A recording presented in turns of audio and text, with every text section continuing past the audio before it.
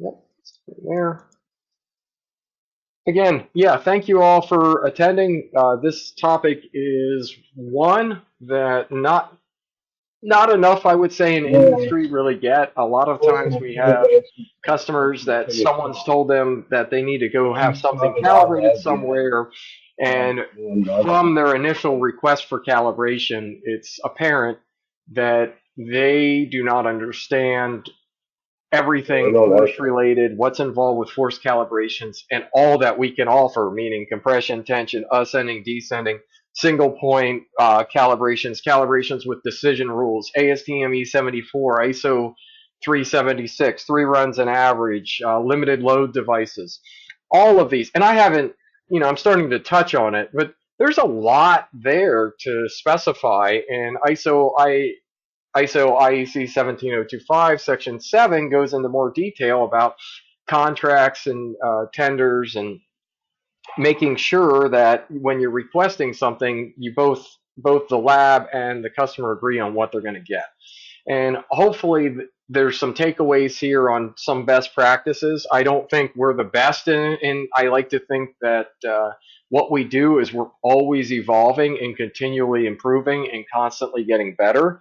I do like to think that there's not that many people that are better. If there are people better out there making measurements, we are very passionate, and we have a very good team that is committed to helping each and every person be better if we can, and we graciously share all of our knowledge with everybody. So that being said, the whole purpose why we come to work each day is we create a safer world by helping companies improve their force and torque measurements.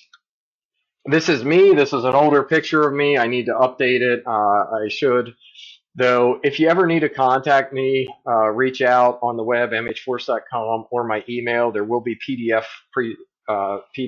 of this presentation if you need those. But anybody that has reached out via LinkedIn, not so much Facebook. I do answer it, but I'm trying not to be on that. But I'm on LinkedIn quite a bit, or email, text. If you have my personal number, I respond back and try to get you the answers. Sometimes there's difficult questions that take longer, and other times it's super easy and we can all help each other.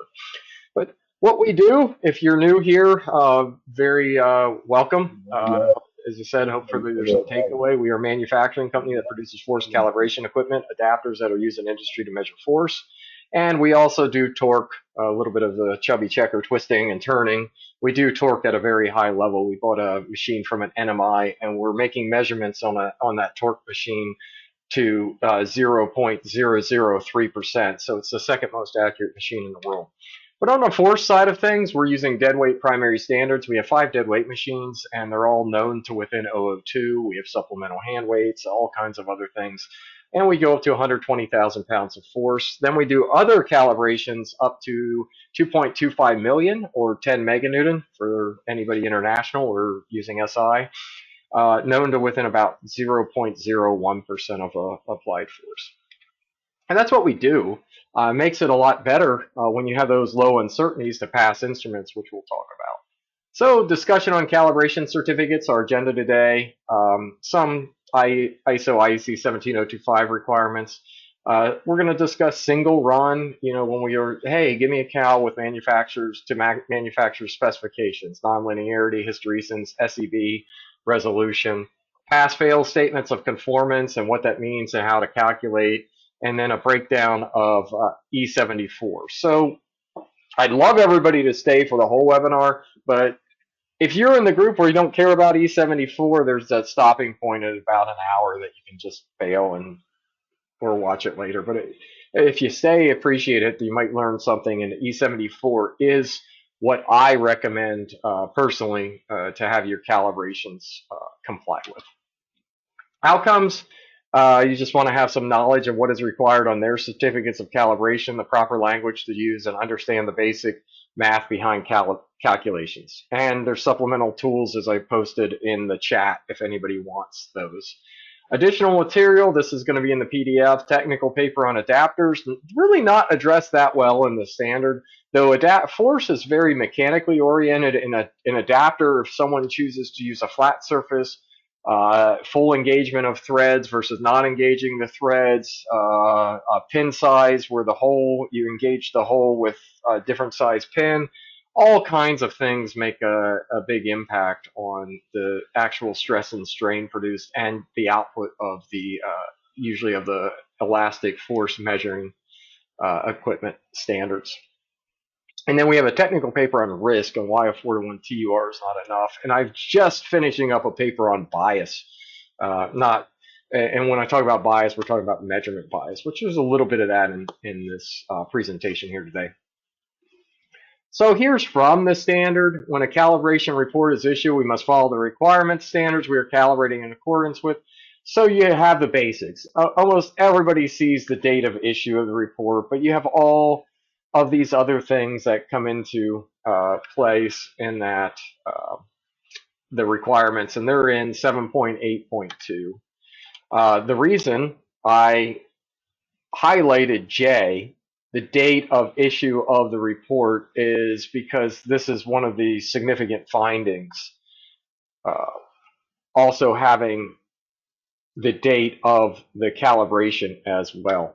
So it's one of the major deficiencies or findings. So, and then we have more requirements for 7.8.4, the measurement uncertainty presented in the same unit as a measurand. A statement identifying how measurements are metrological traceable. Calibration certificate or calibration label shall not contain any recommendation on the calibration interval except where this has been agreed with the customer. Here, this is a topic to get offhand a little bit and then come back in, is this 7.8.4.3, if you're requesting calibration in accordance with a standard, sometimes those standards prescribe how to calculate the calibration interval. So that would dictate if somebody says to us, hey, do a calibration in accordance with ASTM E74. To me, if that's on a purchase order, we should be filling out the recal dates in accordance with E74. Also, for everybody to know, some people are still holding on to the ANSI Z540.3.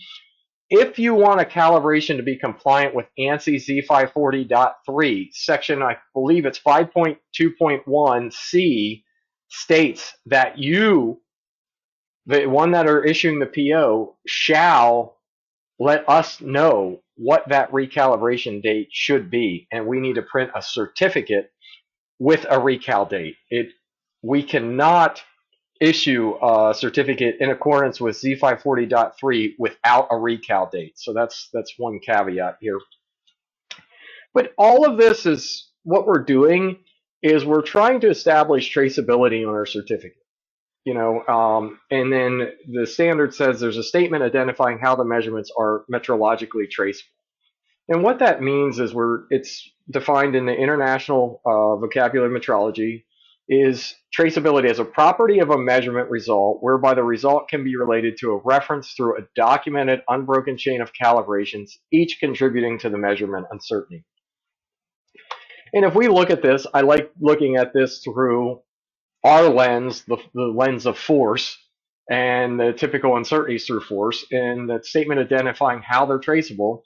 Well, typically it's going to start with SI, the SI units, and then it's going to go to an NMI such as NIST in this country. And right there's the statement at the top, traceability to SI through a National Metrology Institute recognized under the CIPM MRA.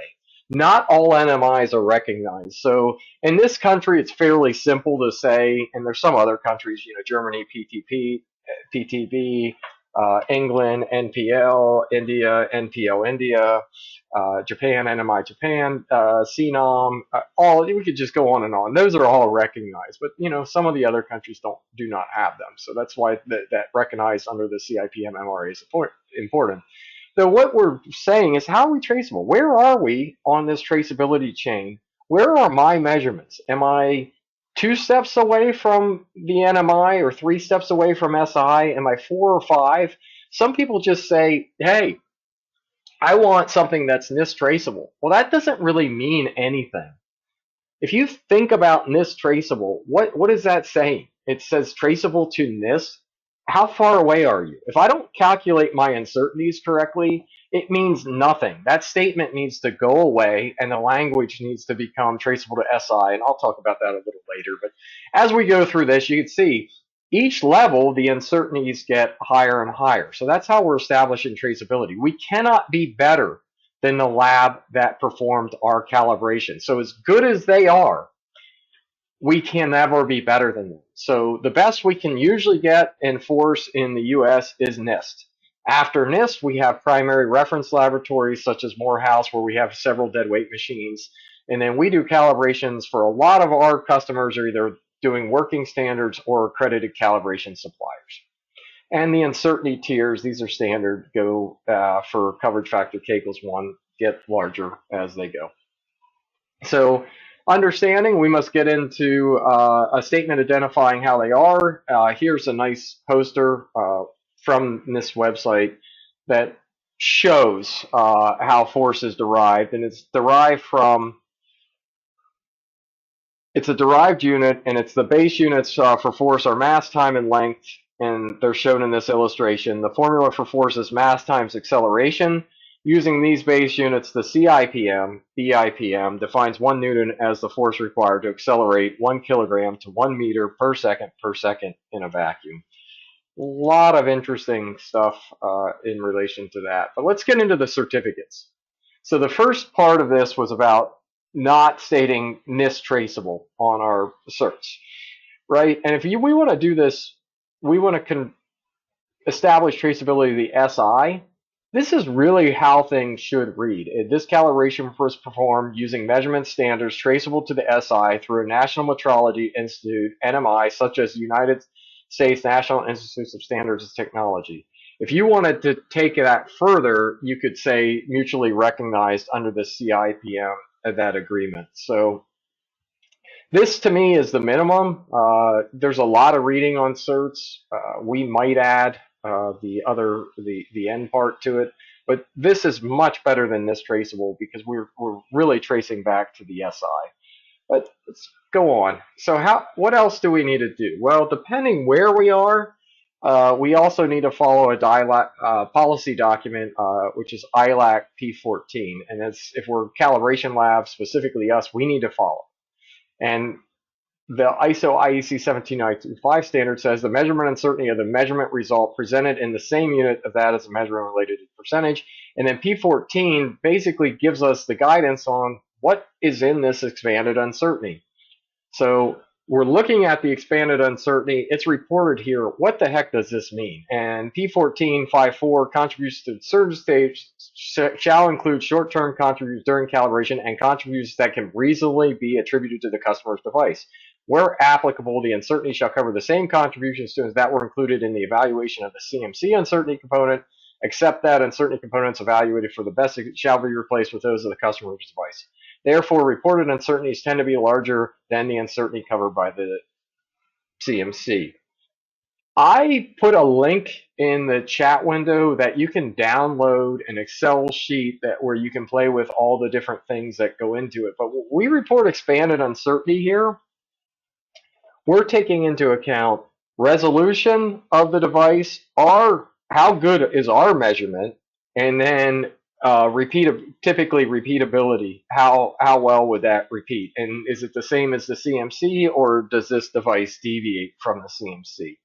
So if I break this down a little bit more, the resolution is one that gets people fairly easy to calculate, but sometimes they don't come up with the same number. So this slide basically says, okay, I have a 1,000-pound instrument, and I'm going to divide that by my measured output. That's going to give me a resolution of, let's see if I can draw here. That's going to give me a resolution of 1 millivolt equals 481.24, and I took this out pretty far. And then we multiply by the readability, and we get our resolution. It's a fairly simple calculation to say force divided by the output at that force times the readability of my instrument. Now, if we're in the lab and that resolution, the smallest detectable change is flickering between 1 and 3, this 1 might become a 2. So that's where we get that readability comes into play on how we're going to calculate the resolution. And there's more examples of this. So we use the uncertainty of our reference standard. That's a load cell, which we've done a lot of repeatability studies on. So that's included in our CMC. And then typically we're taking the resolution of the unit under test, and that is what is being reported in this expanded uncertainty in this example.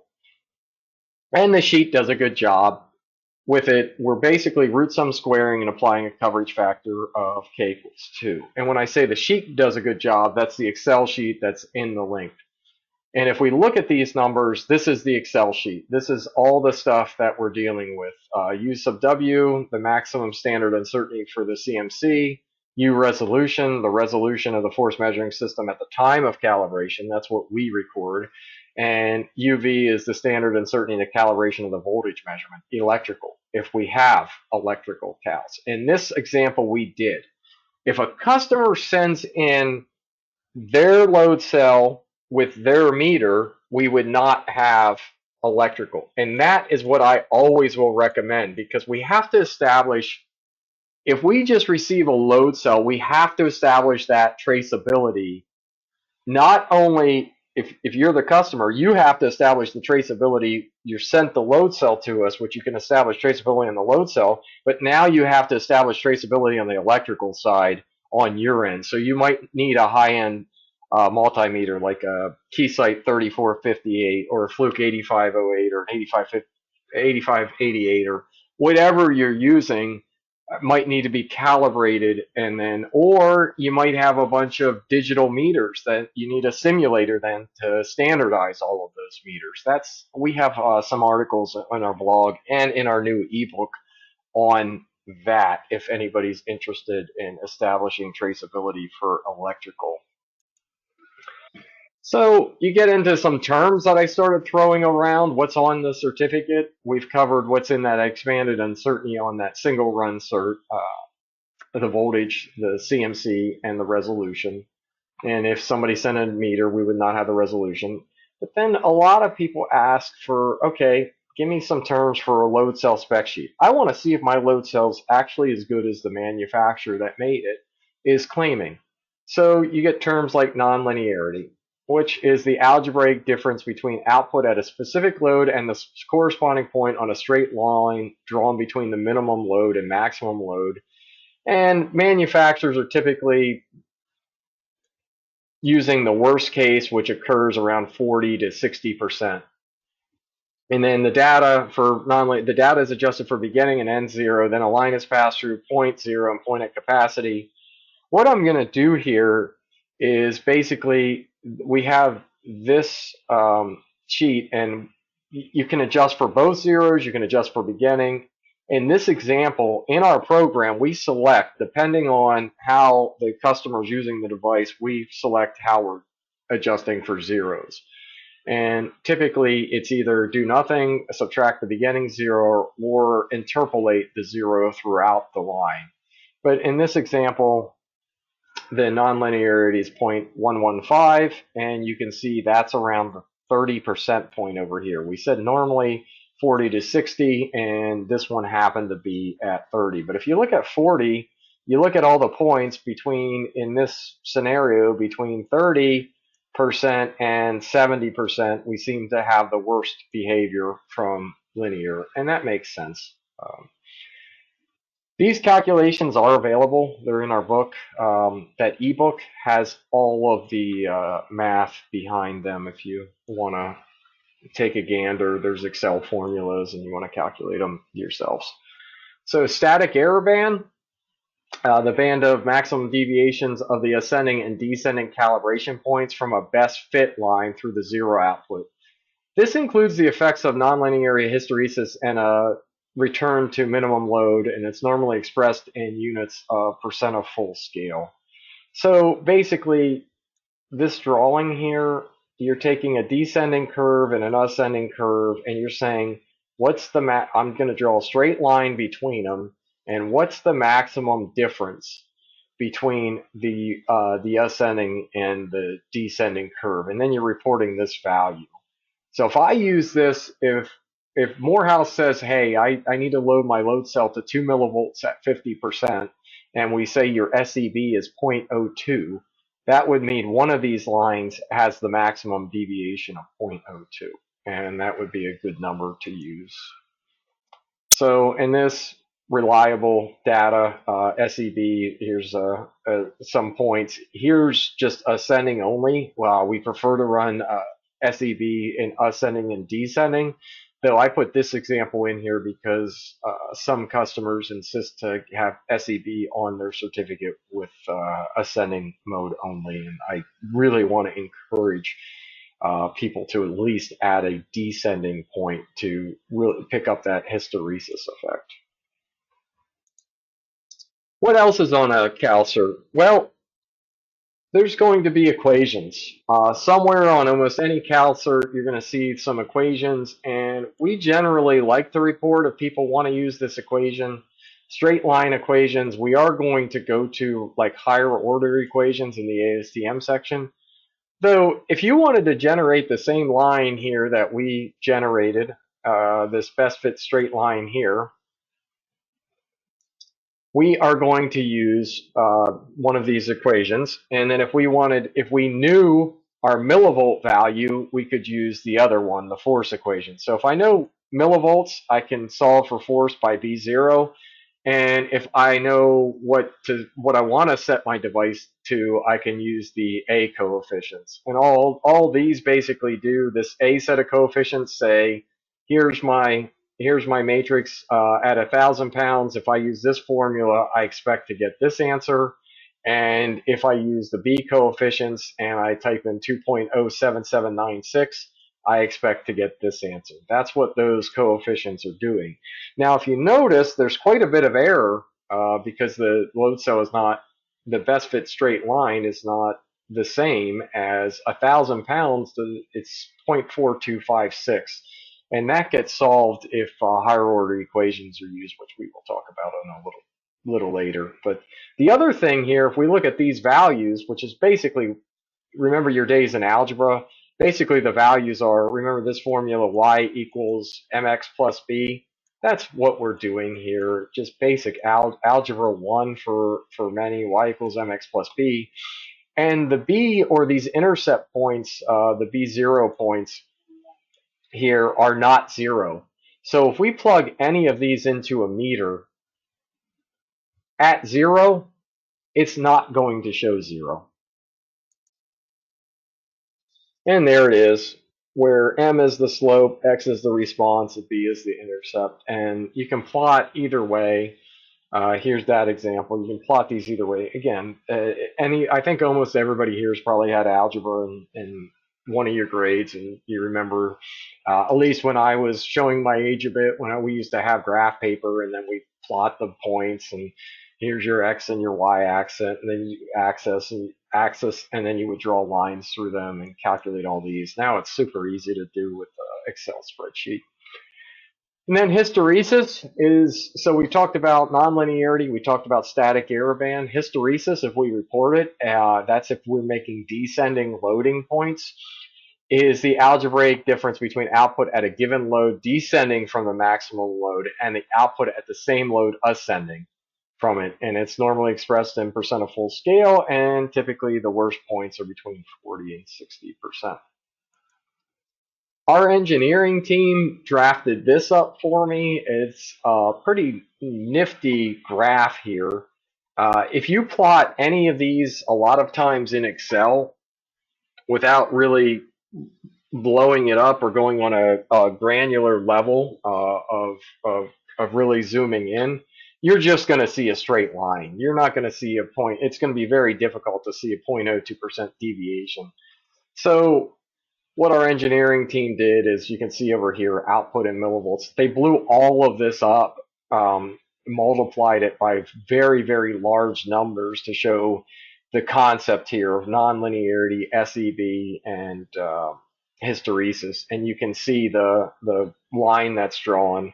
And and then you can see the calibration curve and how this would look and these differences here, like hysteresis, ascending and descending, right? And then you'd have non-linear. I'm drawing that straight line, and this is my worst non-linear behavior. And then SEB here is drawing that line and plotting that against the best fit straight line and finding that maximum difference. So really useful visual aid here, I hope, for a lot of people. And that's the one example. So if somebody sends us a purchase order and says calibrate single run to manufacturer specs, hopefully they're going to say ascending, or ascending with a descending point, 5-point calibration, ascending, descending. Start to say this. That's what we're going to do. We're going to report the uncertainty, non-linearity. Hopefully we're doing SEV and hysteresis, and that's what you get. Now, another scenario, which I think is more common, is I have this device, someone set it up close to direct reading, and I need to send it in, and I need to know if it's still good based on the accuracy tolerance, in which case we have simple acceptance, we have decision rules, we have all kinds of different things. Now, simple acceptance, I hate it. I am very biased, which we'll talk about bias later. The risk is super high. If you say simple acceptance, it's saying, hey, me as a consumer, I'm willing to absorb up to 50% of the risk. And then you're saying, you as a calibration laboratory, Morehouse, you're allowed to give me 50% of the risk. So we're each taking that shared risk scenario into play. We might not give you 50% of the risk, though you might take it if it's right at the tolerance line. And I'll discuss that in a little bit. But what we want to understand here is you submit your contract, purchase order, and we want to use a decision rule. In ISO IEC 17025 clause 3.7, a decision rule is defined as a rule that describes how measurement uncertainty will be accounted for when stating conformity. So if we have a small uncertainty, we will have more room than if we have a large uncertainty. And then the next clause, when the customer requests a statement of conformity to a specification or standard for the test or calibration, pass, fail, and out of tolerance, the specification or standard and the decision rule shall be clearly defined unless inherent in the requested specification or standard. The decision rule selected shall be communicated to and agreed with upon the customer. So here, if we look at this down here, I'm going to change to my highlighter, hopefully. Look, right here, compliance with a tolerance analyzed in method 5 from the handbook, Z540.3, and clearly stated what decision rule we're using. We're using method 5 from the handbook. We could use ILAC G8 method. We could use method 6. This method 5 and ILAC G8 method are my preferred because we take, as the calibration laboratory, we take the risk. We're taking more of it. I do not want to pass that risk to you, the customer. It's just how I'm wired. I'd rather fail more instruments on our end and adjust and not pass that risk to you. I don't want you to take something you're not aware of or you may not want. That's why we use method 5. So, and we also have very low uncertainties. But look at this cert here that I showed an example of, right? We have our expanded uncertainty calculated the same as before, the CMC, the resolution, repeatability, all in there. But if we go by this method, right, measured output, we're right on the line, 1998, 2,000 pound device, and we want to say this device is good to plus or minus 2 pounds. All these measured values are probability of false accept, which we haven't talked about yet. That's our PFA. That's really our risk level. What is the probability that I call something good when it's actually bad? And the typical standards recommend that this be below 2.5%. So 0.28, 0.028, 0.028, look, that's very, very low probability. And then all of a sudden, I'm right at the acceptance limit and I'm at 50%. So we're going to dive into that a little more as we go through things. a statement that we have, if you're a lab saying, well, how do you clearly communicate a decision rule with your customer? It's not always possible. You might have a purchasing lab. You might have somebody, I've dealt with people in purchasing that, where do I find the model number? How do I know if it's compression tension? Really basic questions they don't know the answer to. So what we kind of decided to do is put it on all our quotes. We just have, hey, if you give us something with a specified tolerance, we're going to use method 5. And then we try to work with all our customers. So if somebody else called in, hey, do this or do that, we would talk to them. But number 2, try to work with an offer of simple acceptance, and method 6. I don't like this. This is in there to guard us because the new ILAC, not new anymore, ILAC G 2019 has the verbiage in a flow chart. I don't like it. I'm just going to bypass what I don't like and try. You're kind of captive until you click off or leave, and try to teach some good metrology practices. Here is what we're going to try. And back to this cert with this 50%. So you can see our TURs is 3.45 to 1 or whatever. And I'm going to go over this example. I started going over it, but I have to ask, like a lot of people say, hey, my decision, a 4 to 1 test uncertainty ratio is okay. And I have to ask, is it? Does that, the thought is if our standards are 4 times better than what you're sending, and we say, and we take it up to the tolerance limit, is it okay? Specified tolerance plus or minus 2 pounds. Measured value of 1998. Measurement error is 2 pounds. And this within the non-guard banded acceptance limit. Is it okay? Look, the PFA, are you okay to take 50% risk? That's what we're showing here. And if we look at UCAS LAB 48, which I love this, it's a free document. You can just go type in Google right now, UCAS LAB 48, and pull it up. And it says some things, as a rule such as simple acceptance with no account for measurement uncertainty is not an appropriate decision rule under ISO. There are some people in industry that will argue this till they are blue in the face and until they turn purple and pass out, right? And then you need the lifeguard or somebody else to resuscitate them. But they will argue this on and on. Yes, it's acceptable. We've determined our level of risk, blah, blah, blah.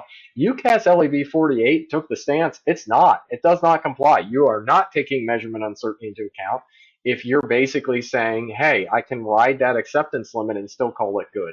And I'm going to show right here it's 50% risk. There's no way around it. At best, it would simply be technically worthless, having undefinable risk and no metrological traceability. At the worst, it is misleading, using laboratories' accreditation status to pass off meaningless decision as something more credible than it is. Just some more, that might not resonate well with some people here watching this. It's what it is. Go look at UCAS LAB 48. So statement of conformity, what are we going to do? This is the old ILAC G8. I always like this drawing here. And you have 2 possible outcomes, right? The result is reported as conforming with the specification. It's assuming we've all agreed on decision rules, and that probably simple acceptance is worthless.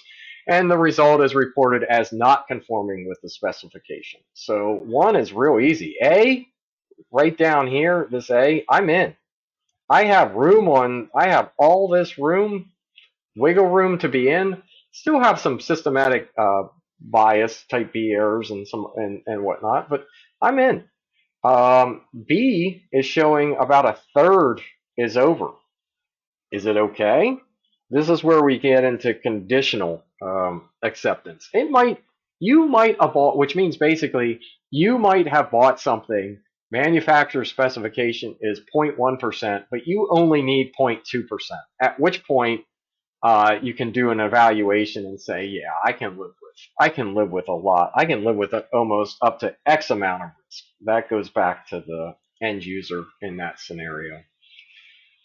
So if we talk more about TUR and PFA, test uncertainty ratio is the ratio of the span of the tolerance of the measurement quantity subject to calibration twice the 95% expanded uncertainty of the measurement process, and this one applies to two-sided tolerance, and PFA is the probability of false accept defined in ANSI Z540 5.3, that the probability that incorrect acceptance decisions false accept will result from calibration tests shall not exceed 2%. Okay, so you've heard me waver on 2% and 2.5%. The ILAC G8 rule allows 2.5%. Z540.3 is back to 2%. So just a little bit of differences there. With the preponderance of calibrations being of this type, the resources and conditions described by the calibration will require careful evaluation and determination to achieve the measurement uncertainty needed for the calibration process to achieve the allowable probability of false accept. You could change this to 0. You can change this to 10. It's whatever you're willing to live with. These are recommendations, but if you go by the standard's saying 2%. We talked about TUR. There's this other word that should be dead. The new version of Metrologist is out from NCSLI, and Jerry Hayes is in it. Jerry Hayes is the official creator of TAR, invented it back in the 1950s when there weren't what we know today, the computing power and everything else wasn't available. So this was a simple method of just ensuring the next lab was 4 times better. Used in the Navy, it worked pretty well. It doesn't hold up. We're how many years later, maybe even closing on 70 years later, and it just doesn't. If my measurement down here starts, process measurement starts at 1, then I need to find a lab that's 4 times better, and they need to find a lab that's 4 times better. Until we get to that SI or the BIPM, that means the BIPM from down here, if we add more steps, it gets worse, of course, has to be 1,024 times better than my process measurement. Can this happen? Yes. Does it happen? Not really. It's just not maintainable. It's kind of bad practice.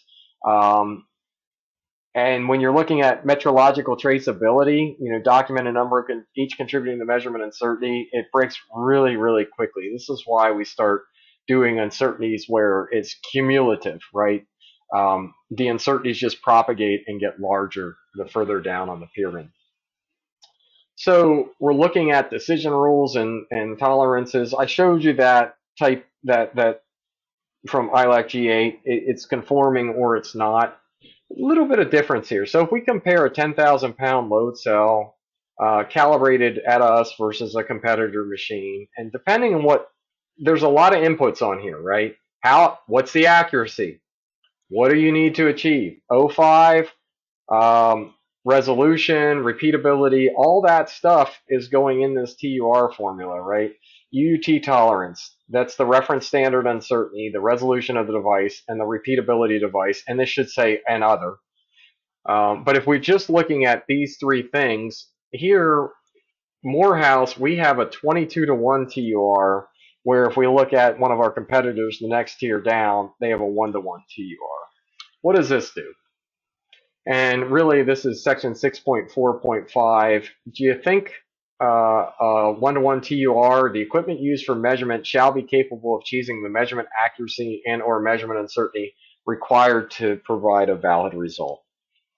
Yes, you can, but what is my percentage? If I'm sending stuff into a lab that's only 1-to-1, what is the percentage? They don't have much room to call that device in tolerance. And we'll look at that a little bit later, but we're going to go into guard banding and talk about what guard banding is. And that's basically what we're talking about with the decision rules. And the term guard band appears to have its origin from those early radio days when band frequencies expected to be utilized by 2 radio stations, or stations were separated by band frequency that served to guard band against mutual interference by 2 channels. So we put in a little buffer here to make sure when we're driving down the road, and I don't know what everybody listens to.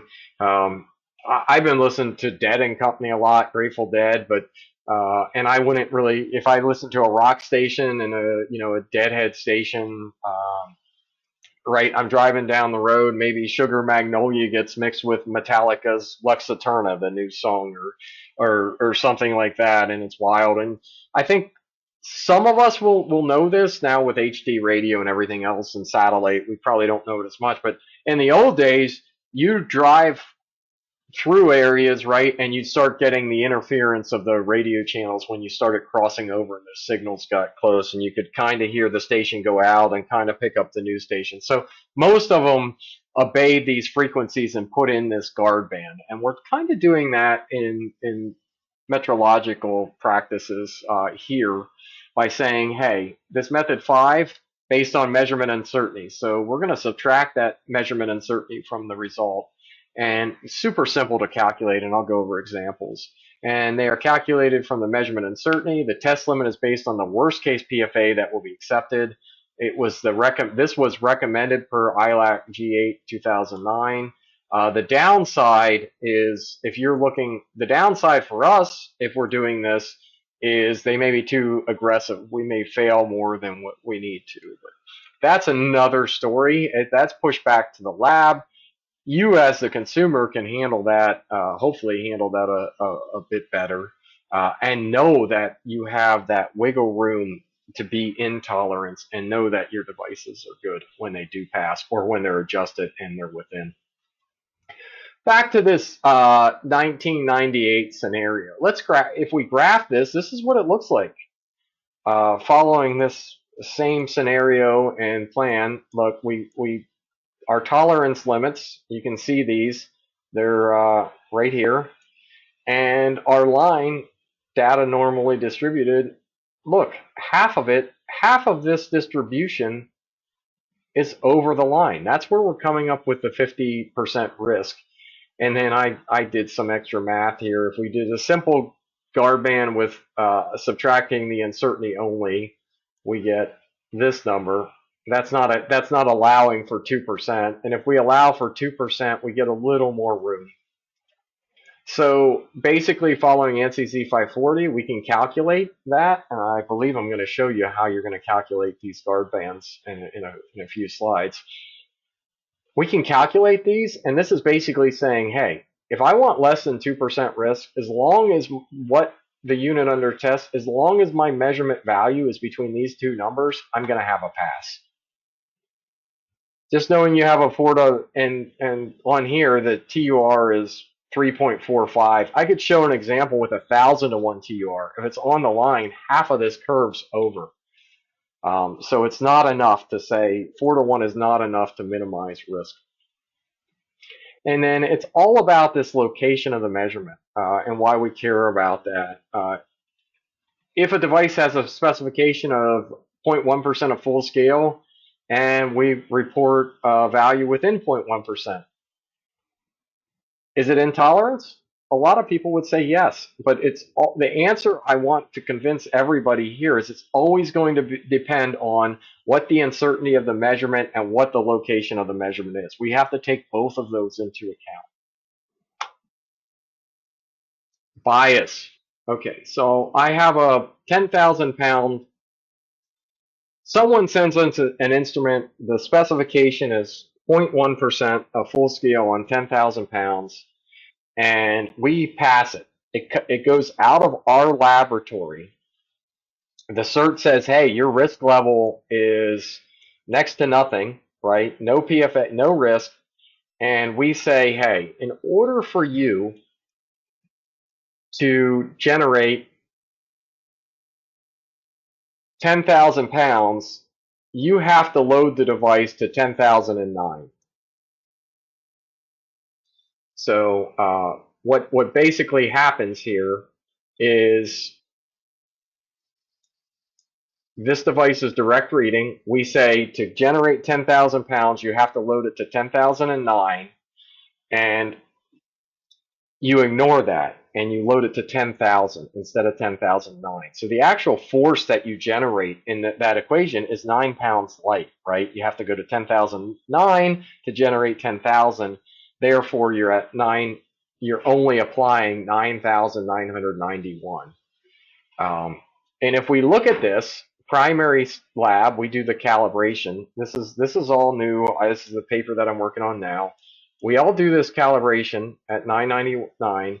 What's actually, someone does not correct for that bias. They actually apply 991, and then they pass it to the next laboratory, right down here. And then they say, oh, I'll make my measurement. The uncertainties get larger, so the uncertainties are propagated correctly, right? Working down here, if you look at the general TRs and then the 1-to-1. So you start looking at this, not correcting for bias. So, okay, now I've passed it to another laboratory where they're assuming a value that's 9 pounds off. They have some difference in repeatability in their CMC. And then you keep seeing them repeat this error and error. And all of a sudden, the difference from correcting for bias through all the tiers, meaning loading to what the calibration lab stated you should load to, and versus not loading, the difference is at the end of this scenario, someone's only 1 pound heavy versus 20.1 pounds light. And I'm going to show everybody numbers that go with this. So primary measurement uncertainty is super, super low, 0.17. Reference with a 4-to-1, again, plus or minus 10 pounds, a 3-to-1, a 2-to-1 here, and then a 1-to-1 is plus or minus 10. And these are the numbers that graph that. And hey, when an instrument is good, it might have been adjusted to the wrong number if the bias was not corrected. If we continue to generate data randomly, we might end up with the table and graph shown below. Right now I have like 14 pages in the paper based on all of this, and I'm just giving a real high level view. And it should matter to you because if there's biases ignored, meaning not correctly, you probably don't have metrological traceability. And it's not included because it's not included in the lab's calibration and measurement capability uncertainty parameter, and then measurement traceability not achieved, and all subsequent measurements. As soon as one of those tiers messes up on their uncertainty, all the tiers below it are in jeopardy. So what we have here, a little bit of plug for us, is this meter C705P. We would calibrate an instrument using raw digital counts, millivolt, in this one millivolt per volt, and then we would apply coefficients from a fitted curve scenario. Therefore, every time the instrument comes in, the as received doesn't show nice and neat 1,000 pounds, 2,000 pounds. It shows, hey, at 1,000, it's 0.413 millivolts. And then we put this into a curve, and the end user then uses it, and at 1,000, it'll read 1,000. That's a lot to say and a lot to comprehend, but there's some more information on that online. Look at these numbers. This certificate again down here, guard bands, 18. This is just showing more of the points in our risk level. The total risk 0.28 up here. What does that look like on the curve? You can see these are the limit, and not much of this curve is really over. And there's actually, this is the area that's over. I messed up on my little eraser mark. This is that little 0.2%, that small little tail is over the curve. And on this scenario, 50% is over. I just wanted to show a comparison point of what that looks like, that little tail end. So how do we calculate this? If you want to do this, it's really simple. You can do it in Excel. You can set this for 2. If you wanted to set this for, say, 2.5, you would just use 975. You could set it for 5%. You set it for whatever you want. It's just subtracting. So if we wanted to calculate our guard bands, the formula in Excel is this: normal inverse. Where do I want to be? At 2% would be 98. You could write a 1 minus whatever number, or you could just stick it in there. Lower specification, and then you need to put your standard uncertainty in there, which is calculated as your that typically calculated as the sum of the squares of this, and you would pull that from that sheet that we had. It's just RSSing those numbers. But there's the upper specification limit, the formula to calculate that. And then if you wanted to do the risk calculation, that section's here: 1 minus normal disk, measure value, lower specific, and standard uncertainty, and 1 there. So both of those formulas, you play with them in Excel, or you can go on our website. We have all this done in a TUR formula that you can download that has this method 6, a bunch of different methods, and everything else with it. Another graphic that I like, small relative expanded. You can see large acceptance limit, and then a large 50% right here. This is that acceptance limit and tolerance. The measurement uncertainty is going to allow for proper acceptance to be set. Anything in gray would be an acceptable location. I like to show graphically or pictures. I liken this to if you use a lab with smaller uncertainties, the more room that lab has to say your device is in tolerance. This car here is not completely park centered, but you can see I could fit a lawn chair in there, a cooler, I could tailgate, I could have some fun in that scenario. I have a lot of room and I'm not going to dent my car door more than, I'm not going to have to suck it in, shimmy, do everything else. I have a lot of room on each side to still park my car and not really worry that I'm going to get dented by somebody else. Compared to this, the lab with the larger uncertainties will produce smaller TURs, giving you less space to be in tolerance. And in here, I really need to be careful where I open my door. There's a high probability that I could do some things, either knock that other car, get my clothes dirty, do anything and everything. So just think about that. Some people say elbow room on an airplane, just say other things. But we kept using that one example with the 1998 and this. If we look at how do we get the expanded uncertainty, it's just taking generally for 95 point instead of if you calculate this out 95% is going to be times 1.96 but generally what most people do is they use 2 times the standard uncertainty to give us the expanded uncertainty, and again that is RCMC, the resolution of the UT, and the repeatability UT, and any other influences. Typically in a standard laboratory with temperature that's controlled, there's not much other influences. In the field, there could be different things. Now, I did say about multiplying by the RSS. This is probably more to cover in just this simple webinar here. Though, if we look at this, there is quite a strong percentage difference. The recommendation in the GUM, it's about section 4.3. I encourage people to read. I believe that talks about type, is that type B? That's type B contributors, but there's also effective degrees of freedom in the GUM. And the GUM recommends really to use this Welch-Satherd weight equation and not just RSS everything.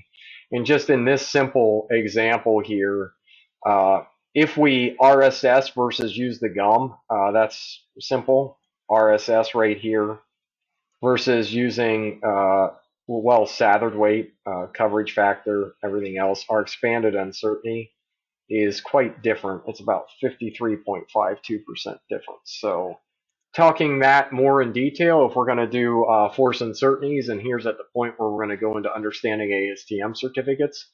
The GUM, if we're going to follow the GUM on force uncertainties, it's going to be your type A, repeatability and reproducibility. The GUM does not reference ASTM E74, and I believe 4.3 talks about type B. And they use different terminology, like 4 sets of terminology, though you can break these down to this is what they are talking about in the GUM. Resolution of the best existing device, reference standard, uncertainty, reference standard stability. A lot of people, when they're doing uncertainties, forget about doing this. Hey, what happened to my instrument? How much did it change from calibration to calibration? My specification is 0.1%. And Morehouse is calling it bad and saying, hey, it changed by 0.15 and they adjusted it back in. Guess what? I have a stability. I'm not 0.1%. I'm 0.15 as a contributor there, environmental factors, other error sources. We have lots of information on the uncertainty. So here's ASTM E74, the latest edition, which is being reworked now. I don't know when it's going to be out. Typically 5 years they have, and it's E74-18. We are now 2023. I truly think for those that want to know that we're probably looking at 2024 for the new standard, maybe even longer. The way E74 works, a little explanation on how it works. Its primary standards are required to calibrate secondary standards. They're usually known to within 005. We're known to within 002. These are the maximums. And then they're used to calibrate secondary standards in class AA range. And then secondary working standards can be calibrated by either primary. The way this pyramid works is you can go to here or you can go to here. I prefer to go to primary all the time because it's going to make my uncertainties less, right? But the way ASTM works is then the working standards are then used to calibrate a testing machine. And if you see the ratios 10 to 1, 5 to 1, and 4 to 1, and the way they work things out, which I'll talk about over the next few minutes, how that works. So primary standard, that's a dead weight force applied directly without intervening mechanisms such as levers, hydraulic multipliers, or the like, whose mass has been determined by comparison. All right, what do we need to know about primary standards? They need to be adjusted. We get into this mass and force debate all the time. Force requires the correction for local gravity, and air buoyancy. There's also the height of the weight stack. There's the material density.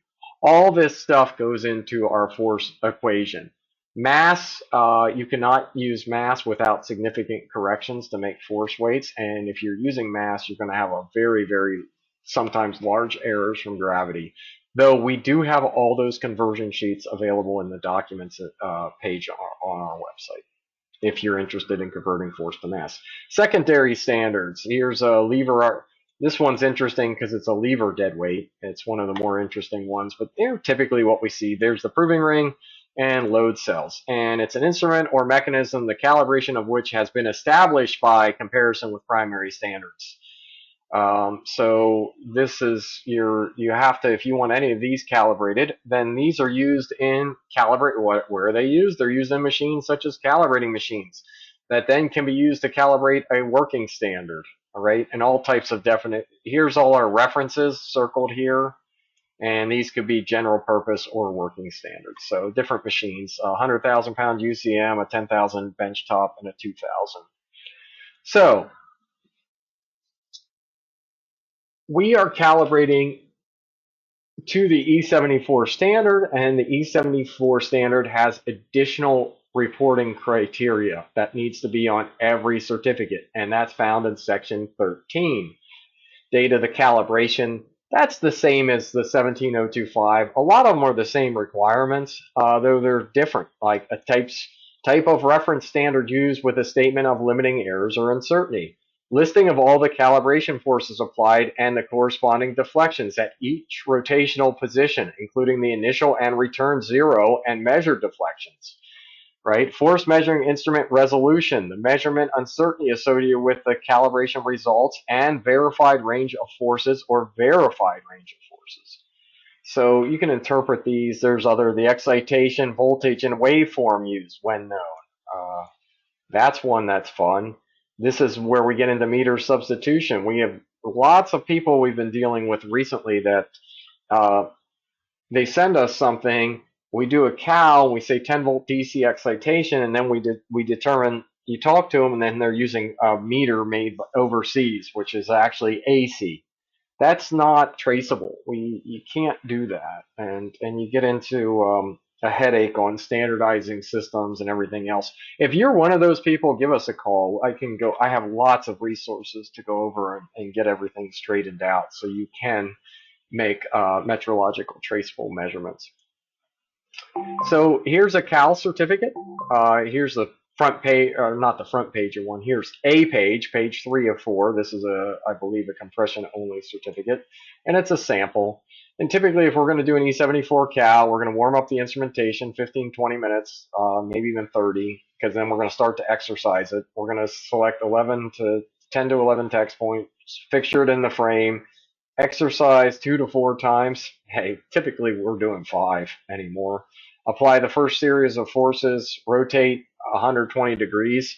Here, that's, again, we're understanding certificates, so it's required per the standards. So we're going to call, facing us is going to be the 0 position. Then we're going to rotate approximately 120. We're not measuring this. This is always by technician. This could be 115 to 125. I'm pretty confident that our team is within 10 degrees.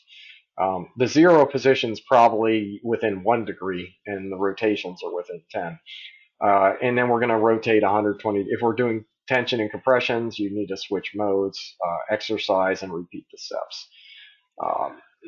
But we want to go over what's on the certificate. So the measurement uncertainty, the measurement presented in the same unit as the measurand. Yep, here's the expanded uncertainty. This can be a little different depending. on what's going on and what's being reported. There's that ILAC P14, which section we showed earlier. Resolution. E74 is a little bit different. That's why I put this in here twice, because a lot of times people, there's a lot of smart people out there, they'll use Excel. There's a line est and index functions that you can use for curve fitting. However, we get a lot of questions. Hey, our results don't match or whatever, and it's usually rounding. It's usually curve fit calculation. We're using a little bit different curve fitting method. This is usually the big one that gets us much closer. Is using the average resolution instead of just picking a point for resolution. When we're doing E74 cal, we're calculating the resolution for each and every point and taking the mean, and then we take the rounded average. It could be slightly different, right? If you just do 1 point here, in all these scenarios, it would be 0.0121 because you're going to round that last one up. But there are some cases where if you're following this rounding rules, when you have a 4 or 5 at the end, that maybe if this was a 1204, you'd round down, and was 1205, you'd round up. So taking the average seems to work best to get the resolution done here. And the expanded uncertainty, we're using the same as before. I'm going to show those later, but multiplying by the coverage factor.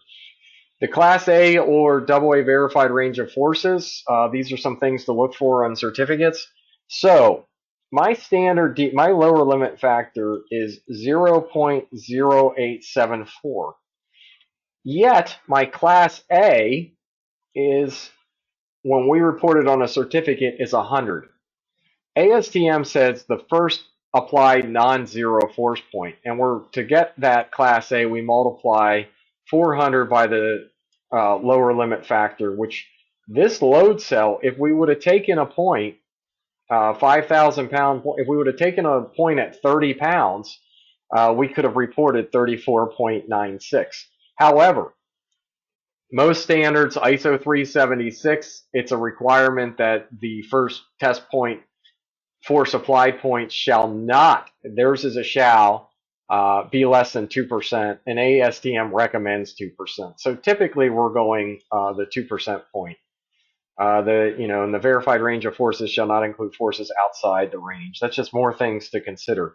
We've seen a lot of people not understand E74, and they might report a number like 34.96, and they might put a 0 in here as the first force applied, but the standard is very clear, shall not include forces, and then 7.2.1 basically says more about this. If it to be less than 1/10 of the maximum force then forces should be applied at or below the lower. In no case should the smallest force applied be below the lower force limit of the force measuring instrument as defined. So you can't do it.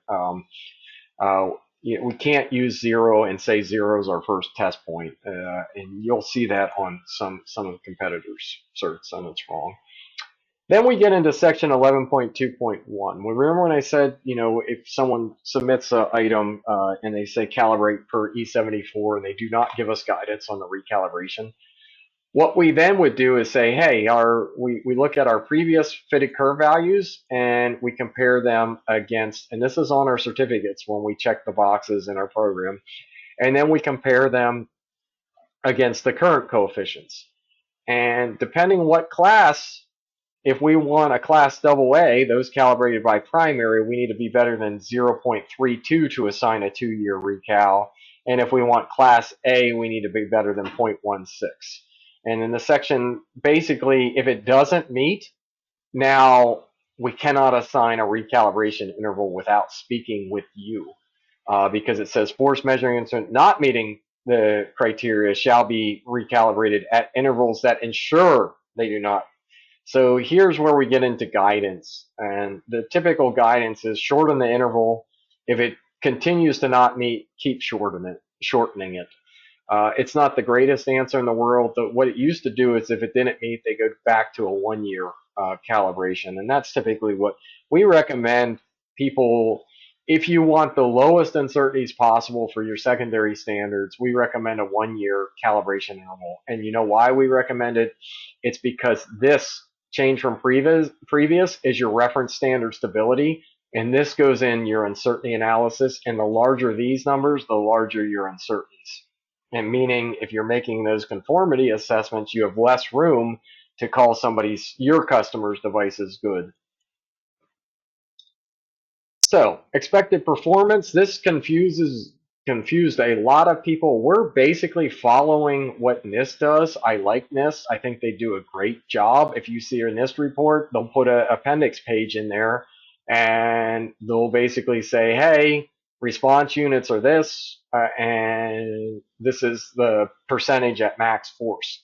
I am leaning to do this on all of our reported expanded uncertainties in the future for every single point, because I think this is the expected performance of the device from our laboratory. And this is how good it is at the time of calibration.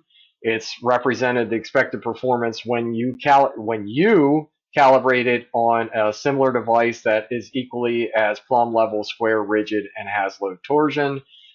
It includes any adapters or fixturing that was sent in, and the end user, you would still need to perform an assessment of their loading conditions to determine if there's additional. And that's where that ebook, you want to learn more about loading and everything else, that ebook is a great resource for you.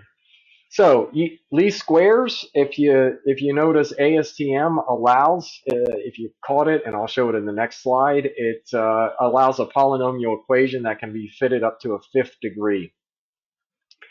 And what we're saying with that section is we're now, instead of just a straight line where we were deviating, remember that other example, 1,000 deviated by almost half a pound. Now, if we plot these lines, we're going to be a higher order. We're going to be much better. And I think I have about 16 pages in the ebook on these coefficients and everything they mean and what you need to do. And important here is if you're doing ISO 376, they only allow up to a third degree, where E74 allows higher order of data. Then we look at these calibration coefficients, and you can see these numbers here, which are typed below. But what we really want to show here is if we look at this number. So if I have a meter that does coefficients, and Morehouse, we have one called the 4215 Plus that actually stores coefficients in the meter. You don't need to use a computer program or anything else. Did a lot of troubleshooting last summer and really spent a lot of time personally working with this meter. And what it does is it runs this equation in millivolts. We calibrate everything in millivolts, and then it runs this force equation through. And if you look at it, if I've entered my value correctly, my first point is going to be 0.03. So when I have 0 millivolts, I'm going to have force units. And this confuses a lot of people. And it confuses them as far as the calibration report shows these formulas, and you're not going to get 0. When you zero it, the 0 millivolts will produce an additional offset or reading, because that's where we're starting on our graph. And then we have a spreadsheet available that uses these formulas, and that's in the next section. And I'll show you that, and I'll show you the zeros. So look at this, 0. I expect to see, if I have a 0 on my meter, I expect to see 0, 0. What do I expect to see? If I have a 0 on my meter, I expect to see 003. On my A values, I'm starting at this. On my B values, which is solving for force, I would start at 0.003. As soon as I get to 3 counts up here, right, at 0, this is when I would see 0 on my meter. So it's basically saying the first 3 counts. And people always get worried. Well, I'm going to be off by 0.03. You're not going to be off by 0.03. It's okay that the curve does not start at 0. It's fitting to the best representation of that load cell. And we're not going to use it anyway, typically below 2%. And here you can see by the time we get to capacity, the way this formula works, at 5,000, I'm good to 5,000 by at least 2 decimal places. So using these curves, and there you can download another spreadsheet that's available. So how do we do these? How do we solve for them? You know, about customers, you're just going to see that 0 offset. We're going to graph things. This shows this graphically. Our curve does not start at 0. we're not testing it down low. We could try to force zero. And some customers ask us to force zero. So what forcing zero does is basically shifts this line, and in most cases it will give you higher uncertainties. Not by much, but it's going to give them, and we prefer not to give you higher uncertainties because it doesn't matter. It really, the fact that this does not start at zero does not matter. How do we calculate this lower limit factor and everything else? How do we determine what coefficients are good? Right here, it's in the annex of E74 A.1.3. You fit them to all these degrees, and then you do this procedure with F constants using the 97.5 table and an F test to determine them. How do we calculate the actual lower limit factor? Well, we use this curve fitting method that we just talked about, and whatever curve it dictates is, significant that we can use. Typically, we take all these deviations and we root sum square them, and then we divide them by n minus m minus 1, which is the sample size, the degree of and the degree of polynomial fit. So if I have a third order fit, my m becomes 3, n minus m minus 1, and then I find my standard deviation, use the average resolution to convert that standard deviation back to force units, because we report in these units. And then from there, I get a class A and class AA range, and I multiply that by 400 and 2000. And in this situation, this 5,000 pound device for class AA range would be good from 175 to 5,000. Very, very good load cell at that. And my change from previous comes in to 0.007 at 175, so I can use it there as well. And I decided I wanted to graph these just to show you like what the spread of data. When we amplify these, it's always a good look to see how tight is this agreement, and you always want to look over in this area for that. So that tells you how these are really, really close. Just looking at the deviations here, what's the worst case? 7 counts off of nominal, off of that predicted current fitted curve value. So really, really tight spread of data. So calibration procedure here, 2.4, that lower limit times 2.4, taking that average resolution here over here. And if we multiply it 2.4 times 0031 times 0, we get our lower limit factor. And it corresponds to roughly 98.2% confidence at 2.4. And then the only other thing I have to add is if somebody accidentally overloads their load cell and it's still good, recalibration is required, and then any force measuring instrument that is either modified or repaired should be calibrated. That includes removing integral adapters. So most load cells have bolts in them. As soon as you unbolt them, you've basically, the device needs to be recalibrated. And as soon as, if you removed a top stud that's integral, the device likely would need to be recalibrated.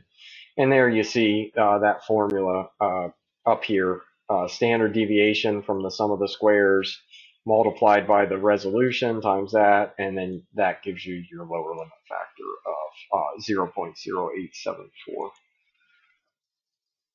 And then the lower limit factor is used to calculate the lower end of the verified range of forces. That's in section 8.5.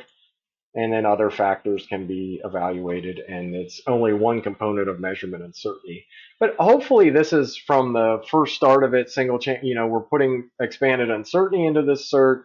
We're listing reference standards, we're following all this, but really understanding these certificates, hopefully with the lower limit factor, standard deviation and stuff like that, somebody can go back through, and it's kind of detailed on how to get them if you wanted to learn how these things are calculated, what are the requirements for the 2-year recal.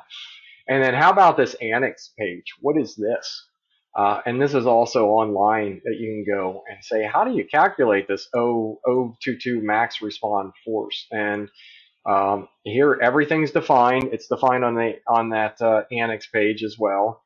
Though here's the calculation. really. If we wanted to do this for all of our force points, um, here it's highlighted, but I'll show you again. 002 and the response units is 009, but I followed through and done this for every point. Response units 006, 006. But what I wanted to show people, look at it as a percentage. Here's another thing. I know this is understanding CalCERS, but there's also some pet peeves I'm trying to work out. So if someone calculates this at 0022, and then they take this and they say, my device is good to 0022%. It's not. It's good to that at capacity. If I apply this same formula at 2% of capacity or 10% of capacity, my response units are a little different at 006, but look at the as a percentage of applied. This is the trap some labs get away with. They say, I'm good to 0022. In actuality, that's at capacity, but at the 2% point and the 10% point, we're no better at 2% to 073. And at the 10% point, which is where I recommend most people use this equipment because the uncertainties are so high at these lower force points, we're good to 015, 0147. So really, you need to run these for all the points. And when you do uncertainties or you do your uncertainties, you need to look at the whole range and not just that capacity and how bad it is at the max capacity.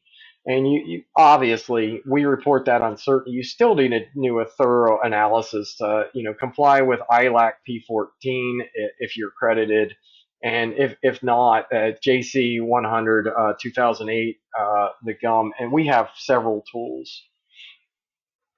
Now, you had an E74 Cal. This is another peeve. ASTM is derived from statistical analysis, so it's a type A contributor. If we do this, ASTM lower limit factor, we do not need any of this for the manufacturer. It's that curve. We're going to use a fitted curve. We're going to use predicted values. And these really do not mean much of anything to me at this point. And then if you wanted to continue the uncertainty analysis, you would do the type B and some other stuff here. So CMCs, what you would need, there's some information here, and there's a download section here. We have this is our new CMC sheet. It's always a new CMC sheet because we're always tweaking it. This last go around, some of you may have the last one we've done. About 3 or 4 months ago, we redid our CMC sheet to refit lines. So if I wanted to report CMC summary, we redid these to refit the line 3 or 4 times to get the absolute best straight line. And here we're plotting. This is all new. We're plotting that line, the calculated versus the actual. And then I made a little table right here that says, hey, I want to maintain what I've done my full uncertainty analysis, and I want to tell my customers I'm maintaining 0.01% of applied. And this tells us the first force point that meets that. So I might set internally in my lab, this is a 10,000 pound load cell. I might say, or this is a 100,000 pound load cell. Internally in my lab, I might say, hey, we're going to use this load cell from 14,000 to 100,000 pounds at claim 01, and then we're going to switch standards. So yeah, that's just more things you can go. And then there's a guidance. If you wanted A2LA, published our guidance document on measurement uncertainty. We have more on our website. Look at this, looking at measurement uncertainty versus we do the calculation. If we use primary standards, dead weight machines, our uncertainty on 10,000 pounds, we could send something out the door with an expanded uncertainty of 0.41 pounds of force. That's the expected performance. If you go to our competitor here, they're using secondary standards. That same load cell would go out at 4.03. So basically up to you. How low do you want your uncertainty? And if you want it the absolute best, you can get it. You go to NIST, or you go to PTB, or do you go to one of the NMIs? If you want the most cost, I would say the most value for uncertainty of what you would get, you'd probably come to us, Morehouse. And Understanding calibration certificates is a start, but if you want to lower your measurement risk and uncertainty, you're going to have to use the right calibration provider, how to them replicate how the device is being used, have competent technicians, use the right equipment, which includes adapters, and the calibration provider with the low uncertainties. There's a table there. You know, everybody's made it to the end. We have about 10 minutes for questions. More information, YouTube, lots of videos. If that's your learning style and you want to learn by videos, great. We would love to have you follow us on LinkedIn or YouTube or both. You can contact us. Please go to our website, the documents and tools.